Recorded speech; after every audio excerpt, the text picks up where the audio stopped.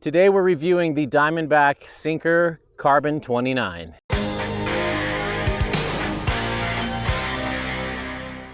So the first thing you notice when you get on this bike is the saddle. Diamondback still needs to redo their saddles. There's a hump right where you don't want it, so you're sitting on your perineum instead of sitting on your sit bones and letting your soft tissue sit in that groove. It's uncomfortable. But saddles are easily replaced and they're a personal preference thing. I can't imagine anyone preferring this saddle over another option though.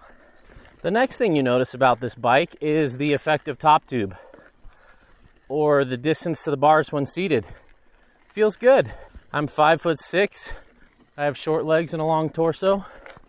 I have a BMX racing background and I've been mountain biking for 25 years. This has some good punchy climbs on it. And this bike climbs really well in the seated position. Another thing you notice is that short stem. The shorter a stem is, the twitchier your handling gets. Small inputs make a big difference, which is great if you have a slack bike, but if you throw a short stem on a steep bike, it just gets even twitchier. I think the stem's a little short for a 66-degree head angle bike. Oh, here comes some big 2-foot high ledge climbs. I'm gonna harness my inner trail boss, my buddy Jeff Lanowski. Oh yeah, it's a hot day in Sedona, Arizona. It's 95 degrees right now. This is a big move right here. Yeah, you can muscle it up stuff. It also feels good knowing there's a bash guard on there, especially on a carbon frame. Practicing my punches that Jeff Lanowski teaches. You should go check out his channel if you're not already subscribed to him. He has awesome tips and he is a shredder, whether it's on his hardtail or his full suspension. He's a good friend. Oh boy, the climb of death. Okay, so this is a comfortable climber. Even though this is carbon, this bike feels more like a bruiser than an XC spin to win machine. It feels like it can take a serious beating.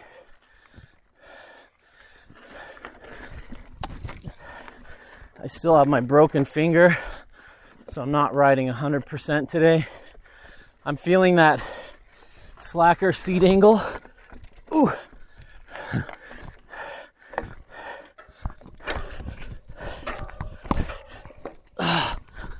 Nope. So the slacker seat angle combined with that shorter reach make the front end want to lift on massive moves. That hill's about 45 degrees steep with ledges in it. Hard to do. So it did better than expected on those punchy steep moves to me. This is my 4th ride on this bike and the brakes are still bedding in. Had a hardest time getting these brakes to really bite. After like 10 or 12 rides, they start working, but man, they're scary the first few rides. These are the budget Shimano brakes, and it's not that they're too pot. I think it's the pads and the rotor material. They just don't grab well at first. So yeah, when you're seated and spinning, it feels real comfortable. It'd be great for bike packing. This bike is more traditional in geometry than new school. Seat angle slack. Head angle's getting there. It's 66. But man, when you stand up, that reach is short. The bars just feel like they're at your knees, especially if you're used to modern bikes. So this is a size medium with a 438 reach and 435 chain stays. Since the seat angle is so slack, the effective top tube feels long because you're reaching a ways out there because your butt's far back. But when you stand up, it shortens up in a hurry. So the reach feels really short. So who will like a shorter reach? It's people who ride with their feet and are not in attack position over the front all day. It's beginner riders who just kind of get on the bike and pedal with a neutral body position. The bike responds really well to that. It reminds me of the 9er Sur 9 and how you have to ride that. You do not get over the front. All the weight's through your feet and the front's just to steer. It feels like a burly bike. Like someone 300 pounds could ride this thing hard and not worry about breaking it. But it doesn't feel super overbuilt stiff. Yeah, cornering is good when you do it off the back. It kind of encourages you to drop your heels everywhere you ride instead of dip your toes. I know all the coaches say to drop your heels. Sometimes I do, but I actually like dropping my toes on downhills. I know, you think I'm crazy. Try it on a modern bike that's long. It'll come alive. It's like skiers. They pressure the front of their boot and the nose of their skis on corners. Those downhill race skiers do. We should be doing the same, not sitting on our heels. But this bike encourages you to not weight the front. So if you've struggled with bikes that are too long or that you have to ride over the front or get too aggressive on to really make come alive, you're gonna like this. It's not my preference, but it'd be a great one to put newer riders on. I just don't feel a lot of confidence going down ledges or steep stuff because that front end is so tucked in with the short stem and especially that shorter reach. Now, Lee McCormick would love this. He'd tell me this bike's still probably too big for me. He likes that rad sizing method. I don't buy into it unless you're gonna build a bike for pump track or learning to bunny hop. But for actual trail riding, especially on black diamond terrain, I need a much larger front center than he recommends. And so for some people it works, not for me. I know you get a lot of range of movement with these short reach bikes, but I don't need range of movement when I'm dropping down big stuff as much as I need stability. Even on steep climbs, I prefer a longer bike. So that's personal preference, but that's the value of these reviews. Just because this Geo doesn't suit my style perfectly, doesn't mean it's not for you. It could be a really good fit for you if you're a long-time rider and you don't want to adjust your technique, or if you just don't like how long bikes have gotten, or if you don't have a long torso. But it does feel like bikes from 6 years ago, at least in the riding position. They've done a great job speccing parts where it matters. It's got a great fork on it. It feels really good. It's got mediocre brakes, but they eventually work once you get them bedded in after 10 or 15 rides.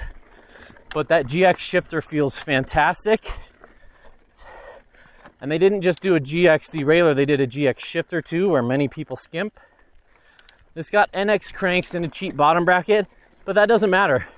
It's got all the modern standards, so you can upgrade to more modern components when you want to. It comes with great tires. It just has a really sturdy feel to it.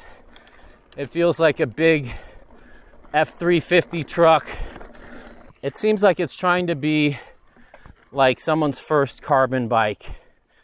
It seems like a thick, sturdy carbon. I don't feel like I'm about to break it. One of the few carbon bikes that I would feel comfortable bike packing on because the carbon's so thick. It's a good all-rounder if you like that old school riding position. It's a bike that you just hop on and ride and don't think about. You don't have to think about technique. You don't have to modify anything. You just get on it and pedal. And a lot of people need that. You know, a lot of people only get to ride 2 or 3 times a month, and that's not a whole lot of time to be able to hone technique. And they just want to go out and enjoy the ride. And this riding position allows you to do that. Now, let's talk price. It's a carbon bike, so it's going to be more expensive, but it's overpriced. This is almost $3,700. That's what the low-end Yeti Arcs are coming in at. And compared to the Yeti Arc, this is much more of a bruiser kind of Ford F-350, where the Yeti Arc is more like a BMW, just more refined, got a better ride feel. Geo's better. Oh boy. Ugh, we got it. I do appreciate the 29-inch wheels on this. They make a difference in these big ledgy climbs, but I would rather pick, for my style, that Yeti Arc for the price, because it fits 2.6s. It's got a more compliant ride. It's way lighter It's more exciting to ride. I do like the head angle on this a lot better than the Yeti. I think the Yeti with the slacker is better than this bike in every way, unless you're heavy or you're sending it hard off of jumps and drops and you want something you don't have to worry about braking. This seems like the bike for that. This seems like a Seth Bike Hacks bike where you can ghost ride it a few times and not worry too much. Wouldn't want to do that with the Yeti. The Yeti has a much more modern riding position, steeper seat angle, longer reach. If this bike were $1,000 cheaper, that totally changes things. I don't know that carbon makes a ton of sense on a burly hardtail meant for charging and jumping and hucking.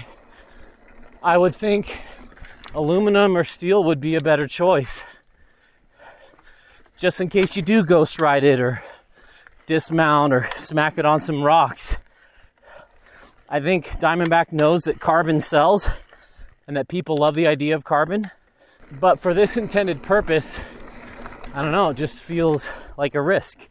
This thing climbs pretty well. If I'd hopped on this 5 years ago before we had all these wonderful modern hardtails, I'd be beyond thrilled with this. It steers better than those first Gen 29ers we had.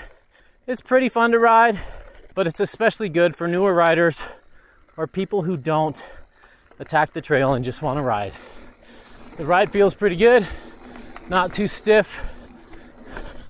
It's a little bit stiffer than ideal for someone my weight, but it's not too bad. All right, let's wrap this up.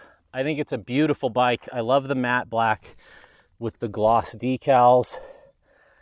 I think it looks really good. This is higher than it needs to be, but I had room for that dropper.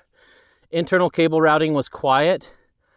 I'm glad that they stayed external on the brake. That makes a lot of sense. We have an older cartridge bottom bracket in there, not external cups. Not the biggest deal in the world. Easy to change and upgrade when you want to. It's a good way to keep the price down. So they've spec'd it well, but in that price range of a $3,700 hardtail, there's a lot of really good competition. And so I think this is suited best to newer riders or people who prefer a backseat riding approach where you're leaning back more than getting over the front. It's good for people who like to huck off stuff, drops, jumps, stuff like that, where your terrain isn't so steep it's hard to walk down. If your terrain is so steep that it's hard to walk down, I would recommend a longer bike with a little bit slacker geometry even. They did a good job with the carbon not being too stiff. I like that it's got water bottle bosses on the inside. I totally think this could be a do-it-all hardtail if this is the geo you want. If you're coming from an older bike or more traditional style, it's going to feel at home and it's not going to feel too crazy. But if you're used to like the new Yeti SB130s or 150s or the new Santa Cruzes or just anything new where you're getting over the front to attack the trail, this is going to feel short to you and it's going to feel like it gets a little bit hung up on stuff and wants to pitch you a little bit on the really steep stuff. You'll adapt to it and you'll get used to it, but if you've already gotten used to long stuff, it's really hard to go to a shorter bike. I really like the 29-inch wheels. I feel like this bike has a little bit more to offer in 29 mode. As a 27.5 bike, it was fun and rowdy and playful, but I felt like the tires were too wide for the narrow rims, and this feels like a good compromise. It's like a faster moving version of the older 27.5 version of this bike. If you want to pick my brain about bikes and you need help picking which bike to get next, or you need help on your next bike build, or you need advice on your next components, I offer that through Patreon. Patreon's a website where my fans can pay for some time with me to work out these questions. It's how I support this business and this channel, and I love helping people avoid costly mistakes only to find out they should have gone with something else. So if that's something you could benefit from, head on over to patreon.com/hardtailparty. I also sell my stickers over there, so if you want some Hardtail Party stickers, you can pick them up out there. So there it is, the Diamondback Sync'r Carbon 29. Thanks, Diamondback, for sending this in for review. Thanks for watching. There's a party in the mountains, and you're invited.